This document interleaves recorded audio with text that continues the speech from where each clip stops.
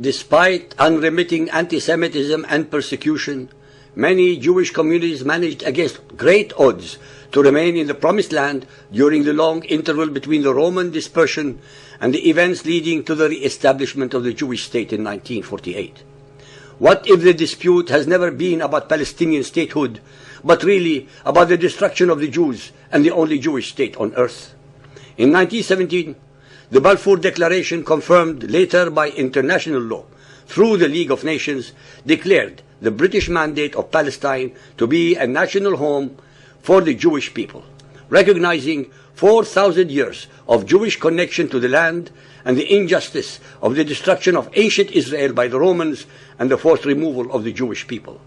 In 1922, the British, in contravention of their mandate, took 76% of the land designated for a Jewish state in Palestine and allocated it instead to the Arabs, creating east of the Jordan River a new country, then called Transjordan and later to be known as Jordan, which to this day has a Palestinian majority.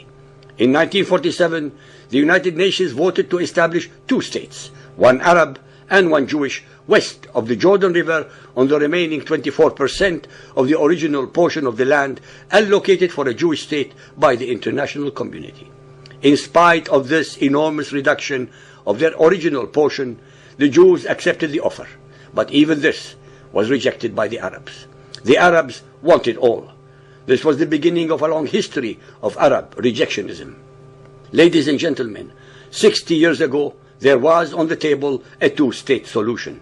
This is not a new idea, as we are deceived into believing by the extremely well-oiled and financed Arab propaganda machine and the imbecile, ignorant, or downright stupid and criminally negligent Western news media.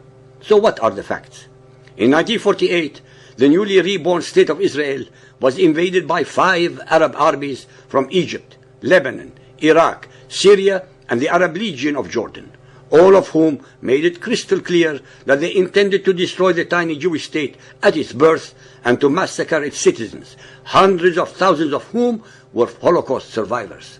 The Jews, who were literally fighting for their very survival, were able to defeat all the Arab armies, who were forced to sue for a ceasefire. The cessation of hostilities was supposed to be a prelude for further negotiations between Israel and her Arab neighbors for a permanent peace.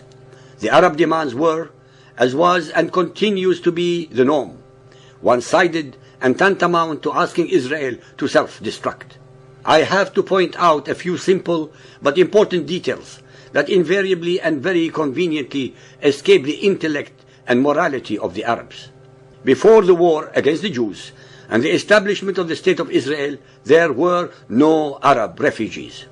According to the records kept by the British about the demography of mandated Palestine, more and more Arabs from the surrounding countries settled in Palestine because of the prosperity that the Jews were bringing to the land.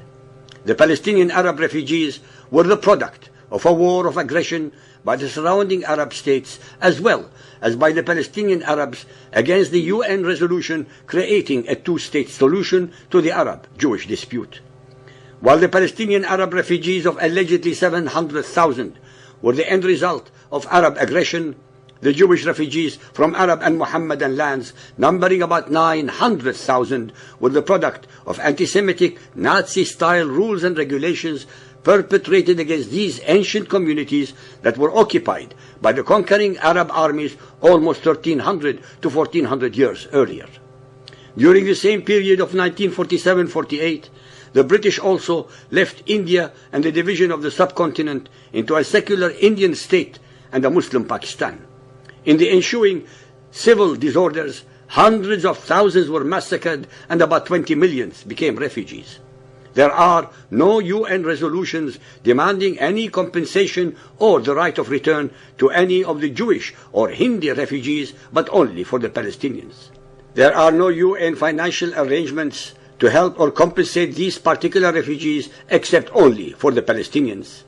For the last 60 years, we only hear about the plight of the Palestinian refugees, but never about the Jewish or Hindi ones. While the Jewish and Hindi refugees were absorbed by their respective nationals, the Palestinians were and are still used as tools for keeping the Arab leaders in power under the pretext that they are fighting for their cause. While the Palestinian refugees have been helped financially by the Western governments and by some of the Arab states with billions of aid dollars, not a penny was raised for the Jewish or Hindi refugees.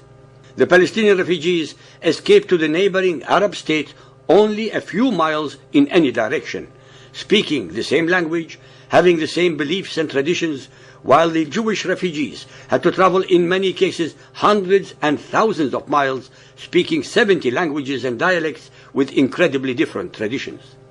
While the Jewish refugees suffered as much, if not more, than the Palestinian ones for the first decades of their exile in the refugee tents, as we speak today, they became assimilated and productive members of their country. Unfortunately, as we see on television and read in the news media, the Palestinian refugees did not assimilate and or integrate among their brothers and sister Arabs, but remained a sore on the body of the host countries.